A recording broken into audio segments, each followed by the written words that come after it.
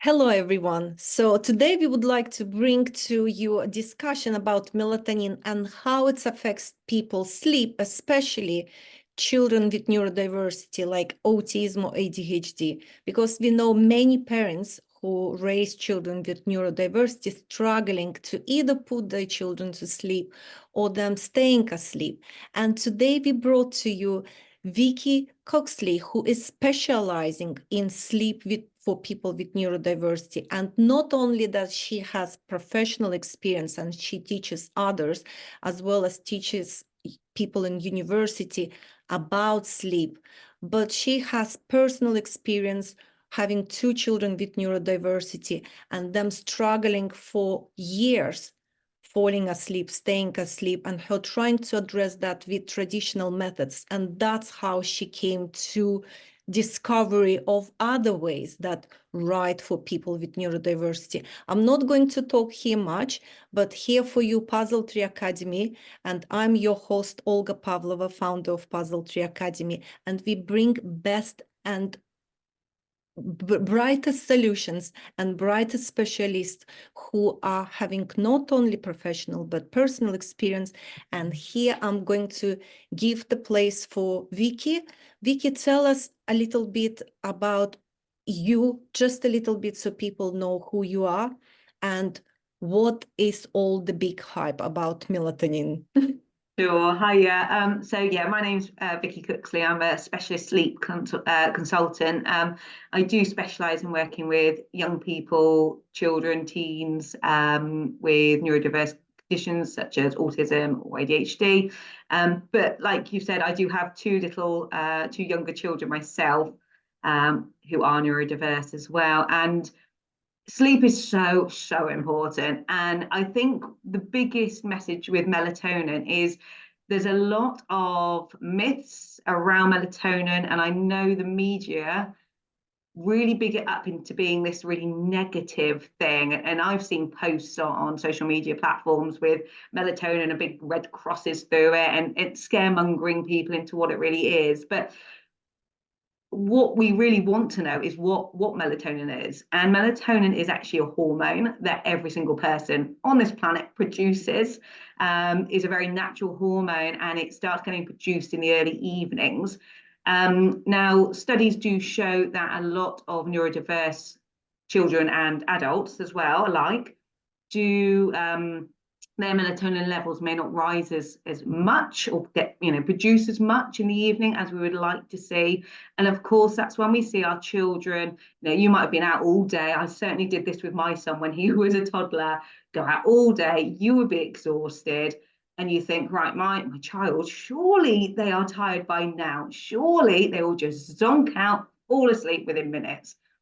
But in reality, what we see is them going to bed, they are fidgeting, they're twitching, they can't, it's like their bodies and their brains just can't switch off. And where there might be other alternative reasons for that happening, definitely, melatonin is one of those possibilities to why that's happening.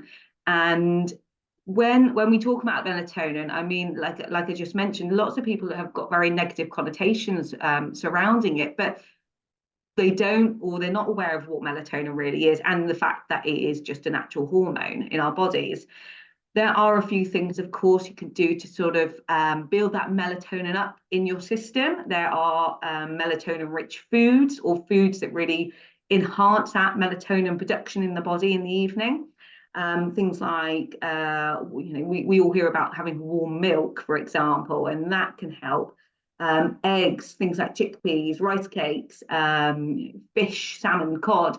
There are a number of things, and if you just research that on some media platform, I'm sure you'll find a list of things, and hopefully one or two of those things your children may like as a snack, sort of either shortly after dinner or just before bedtime.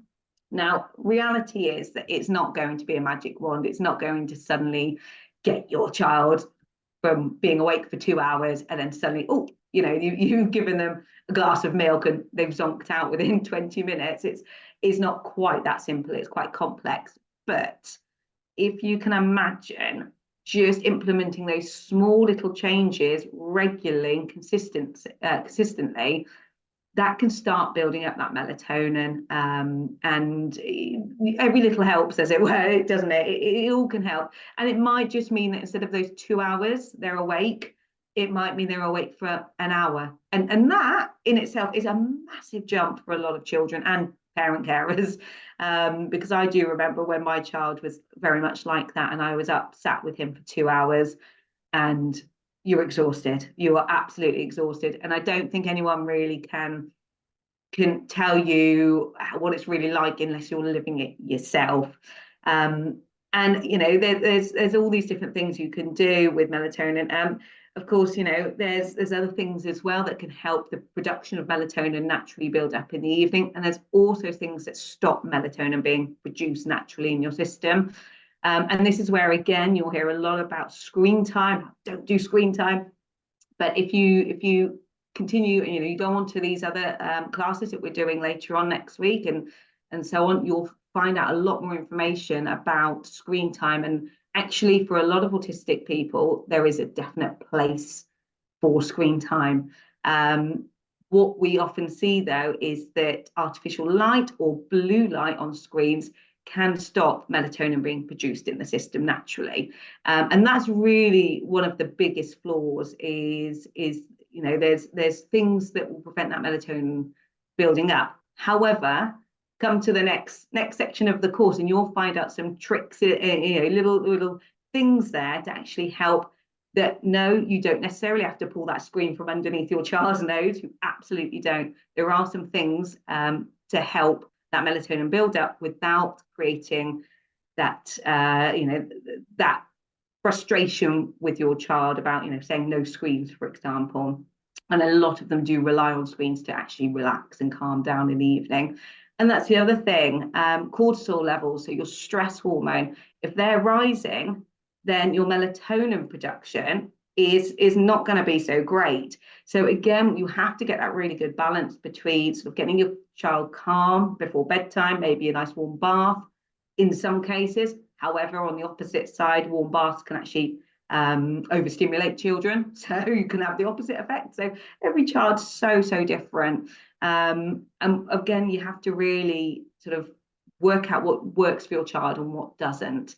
And that's kind of key with melatonin as well. It's every single person, you, me, the person next door, your brother, your sisters, they all have or produce different amounts of melatonin in the evening. Even neurotypical people will have different levels. So, for example, you might be lucky enough to go to bed at night and just zonk out within 5 minutes. But your partner might take an hour before they can drift off to sleep. And that's partly due to melatonin levels, amongst other things. And it's really good sort of sleep hygiene that can help improve that melatonin buildup naturally in the system. And like I mentioned before, there are a few other things that can help that production happening. But it does have to balance with other things. It has to balance with your cortisol levels. It has to balance with lowering anxiety and stress for our children and, you know, teens as well. And there's so much going on. So melatonin can be affected in what on a daily basis for what goes on day to day. So we do pay particular attention to what goes on during the day, because they do, as I say, affect your melatonin levels. So it's really interesting stuff, and there's lots more information to come with that. Definitely. Thank you very much, Vicky. And as you can see, it's a broad topic, and it's as well deep topic, and we can go as deep and as broad as it's needed. And when you join us, ideally as well, if you post your questions before the next workshop and the bigger workshop on the 15th of May, we're going to be able to answer your specific questions. And if you join us live as well, you would be able to ask your family, your child specific questions that we can open and sort of untangle for you, where when after workshop you would be able to start applying those changes now.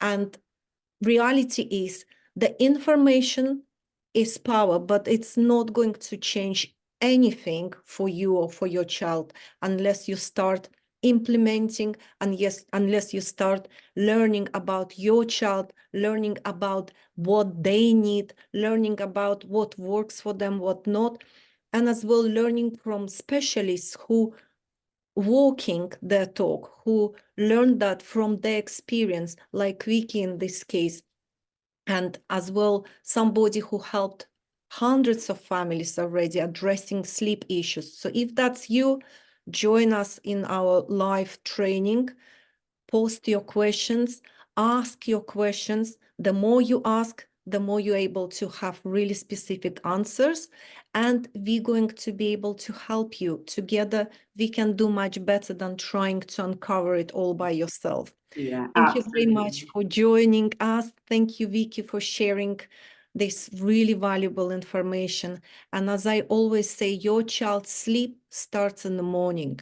So what you do in the morning, your morning routine, your child's stress level, how they eat, what they eat through the day, not only with the glass of milk in the evening, if they can have milk, because many of our children with neurodiversity, they have really either allergies or intolerances. So sometimes some foods, or they just don't like so many things.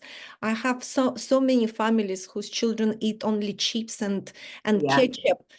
This is absolutely. Yeah. definitely not melatonin production. The great thing is there are always solutions out there. There are absolutely. So Yes, although we've only just literally mentioned a tiny amount here today, there exactly. are so many more solutions out there that will, and you will find them for your child. We absolutely will, with a bit of digging. Absolutely. And just to mention that my child, although he used to be a terrible sleeper, he's brilliant now, and he sleeps through and has done for years. And that's it. If you are in the position where I was many years ago, where you think my child is never going to sleep through, they're never going to take less than 2 hours to fall asleep, I'm never going to be able to get out of this room, I promise you there are solutions. That this can all be changed. It absolutely can be. Exactly. Absolutely. And I'm as well live testimony of that. I had endless sleepless nights and I thought, I am going to die. My child going to survive and I'm going to die because I can't not to sleep anymore. And everything is possible. Everything it's workable. So join us. Thank you very much for watching this video. And thank you, Vicky, once again. And I see you all next week. Thank you.